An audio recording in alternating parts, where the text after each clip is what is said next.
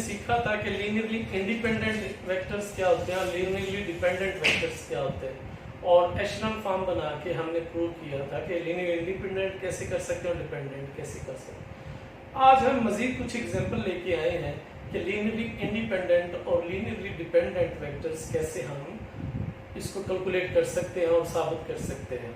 तो सबसे पहले जो एग्जांपल हम लेके आए हैं आप लोगों के लिए वो ये है,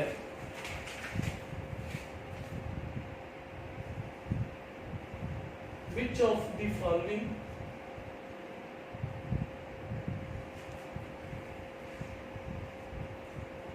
set of vectors in R cube forms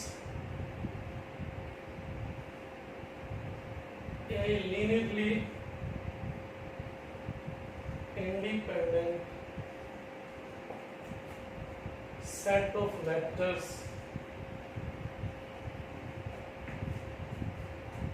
over R। अब देखिए ना, हमें पता होना चाहिए लीनियरली इंडिपेंडेंट की डेफिनेशन क्या है। अगर यही नहीं ना पता तो क्वेश्चन तो कभी नहीं कर सकेंगे। तो हमारे पास लीनियरली इंडिपेंडेंट की डेफिनेशन में फिर रिपीट कर देता हूं कि फर्ज करें हमारे पास तीन वेक्टर्स या तीन से ज्यादा वो गिवन है, तो हमने क्या करना है कि हमने जितने वेक्टर्स हैं उनके मुकाबले में उतने ही स्केलर्स लेके आने हैं, यानी alpha 1, alpha 2, alpha 3 and so on alpha n, उतने स्केलर्स आ गए। अब हर वेक्टर्स को हर स्केलर के साथ मल्टीप्लाई करते जाना है, जितने भी वेक्टर्स होंगे उतने स्केलर आ गए। अगर उनका आंसर जो है वो आपके पास जीरो आ गया, यानी जीरो वेक्टर आ गया,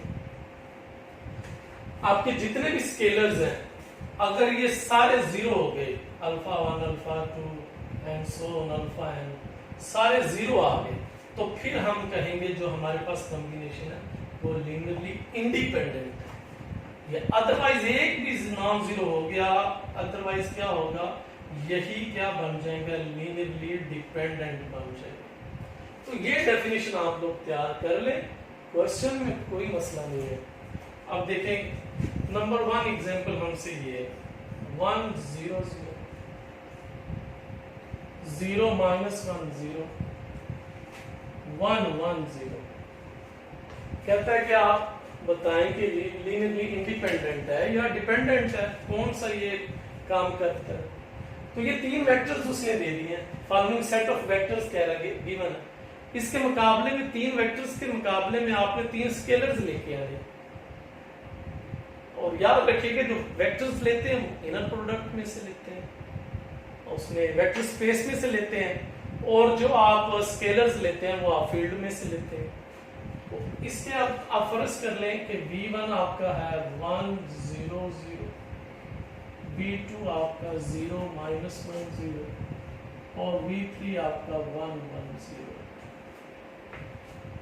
अब हमने जो लीनियर कॉम्बिनेशन बनाना है वो देखिए किस तरह से बनाना है। Alpha 1 v1, alpha 2 v2, alpha 3 v3 is equal to 0।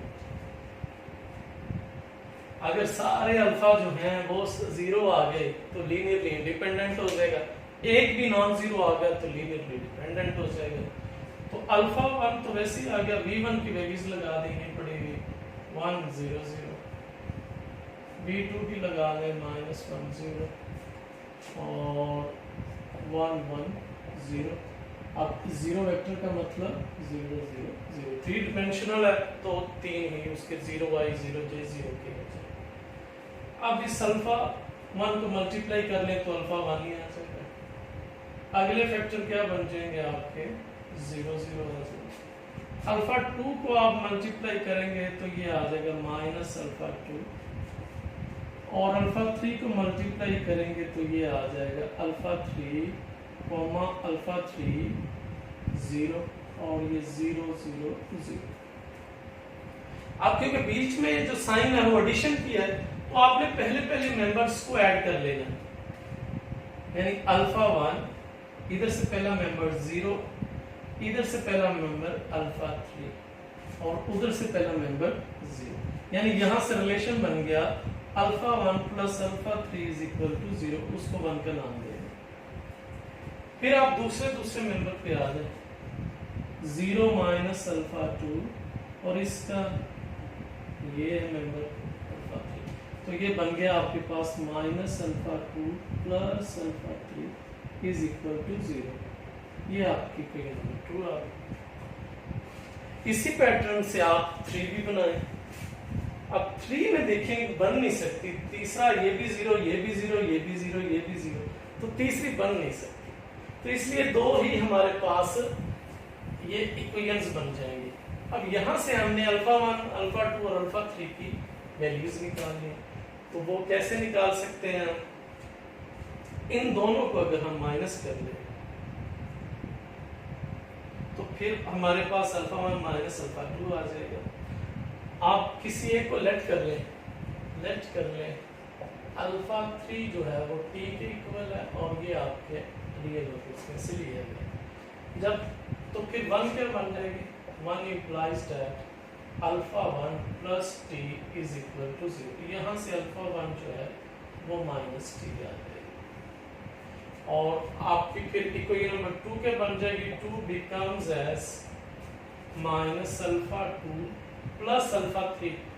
Alpha 3 क्या है? t है और यहाँ से अल्फा 2 जो है वो भी t आ गया। तो आप अल्फा 1, अल्फा 2, अल्फा 3 की वैल्यूज आ गई। एक स्टेप और करना चाहे तो कर सकते हैं कि अल्फा 1, अल्फा 2 और अल्फा 3 जो है आप उसको इस फॉर्म में लिख लें, मैट्रिक्स की फॉर्म में या वेक्टर्स की फॉर्म। ऐसे नहीं लिखना तो चलेगा, नहीं आप ऐसे लिख लें अल्फा 1, अल्फा 2, अल्फा 3। अल्फा 1 की वैल्यूज क्या आई है? माइनस टी आई है, तो माइनस टी लिख लें। अल्फा 2 की वैल्यूज टी आई है और ये लेट हमने वैसे टी किया हुआ। अब टी कॉमन निकाल लें तो क्या बन जाएगा? माइनस 1। अब अगर आप t 0 रखें तो ये सारे फैक्टर 0 हो जाएंगे, t 1 रखेंगे तो ये 1, 2 रखेंगे तो ये मल्टीपल्स हो जाएंगे, 3 रखेंगे तो ये 3 हो जाएंगे।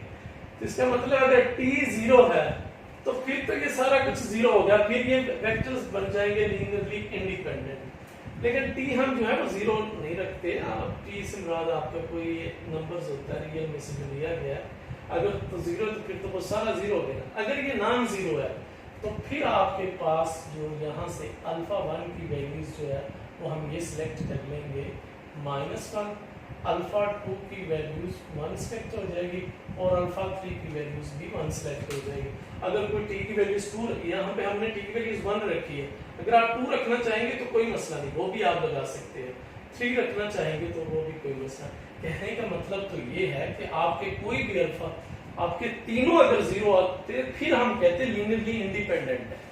आपका तो कोई भी वेक्टर्स जो है वो 0 आया ही नहीं है, तो इसका मतलब ये है दिस इंप्लाइज दैट ये जो सेट ऑफ वेक्टर्स है, the vectors form A combination of linearly dependent। ये वेक्टर्स जो है वो कैसा कॉम्बिनेशन बना रहे हैं? एक लीनियरली डिपेंडेंट कॉम्बिनेशन बना रहे हैं, क्योंकि हमारे पास ये तीनों 0 नहीं आए। तो हम इस तरह से एग्जांपल्स को देख सकते हैं। आगे बढ़ते हैं आप दूसरे एग्जांपल की तरफ।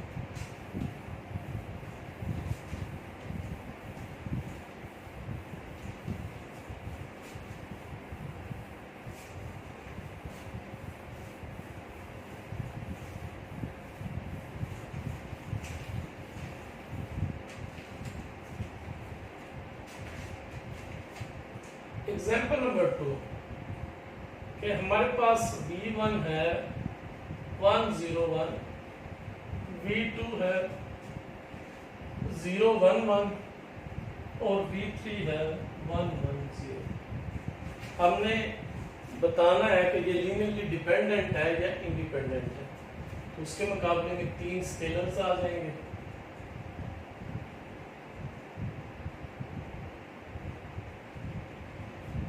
अल्फा 1 वैसे आ गया, v1 आपका आ गया 1 0 1 और v2 आपके पास आ गया 0 1 1 और v3 की वैल्यूज आ गई 1 1 0 और 0 वेक्टर 0 0 3 डायमेंशनल है तो 2 0, 2 डायमेंशनल होगा तो आप 2 0 लगाएंगे, 3 है तो 3 लगाएंगे, 4 डायमेंशनल होगा तो 4 लगा देंगे।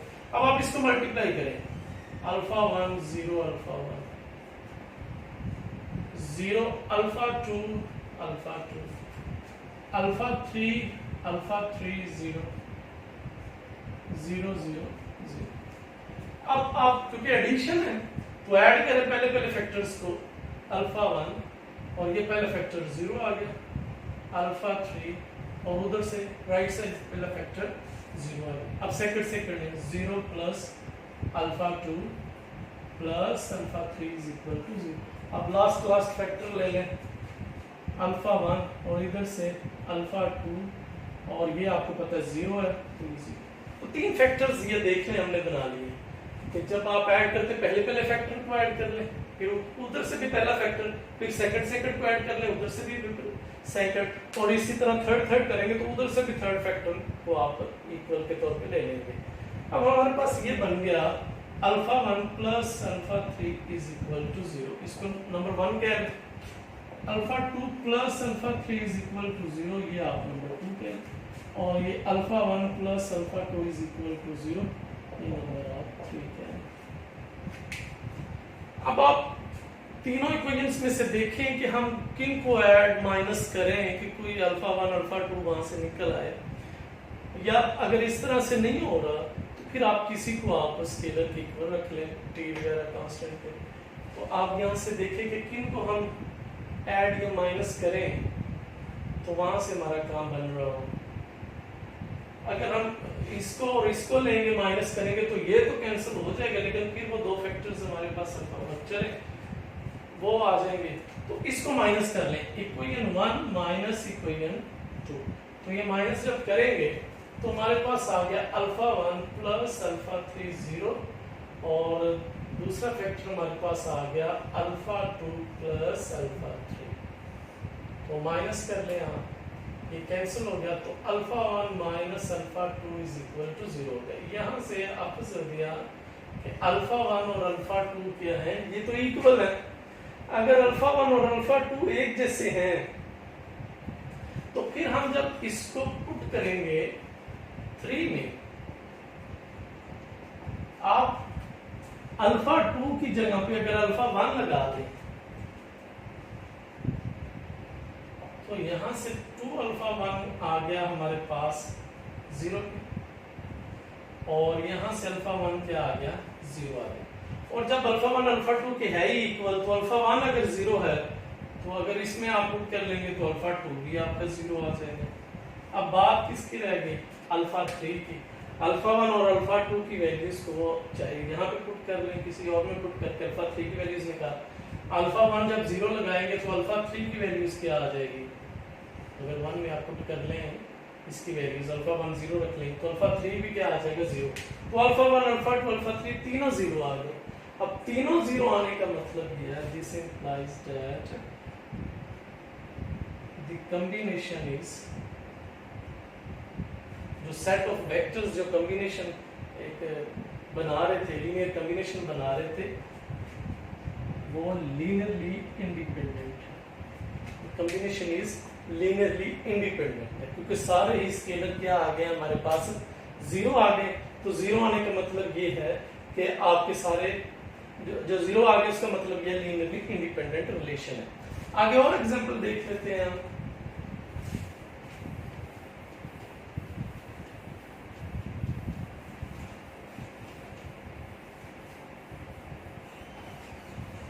ये मैं एग्जांपल्स लिख लेता हूं, आप इसको फिर सॉल्व कीजिएगा।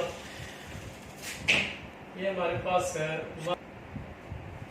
नहीं जी, ये कुछ एग्जांपल मैं लिख रहा हूं, ये आप लोगों ने करनी है, सॉल्व करनी है और कोई मसला हो तो फिर हमें बताना।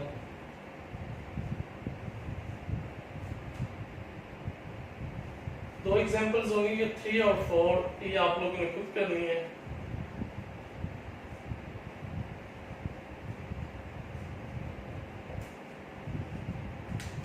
तो ये दो एग्जांपल्स हैं, आप इनको चेक करें कि ये लीनियरली इंडिपेंडेंट है या लीनियरली डिपेंडेंट है।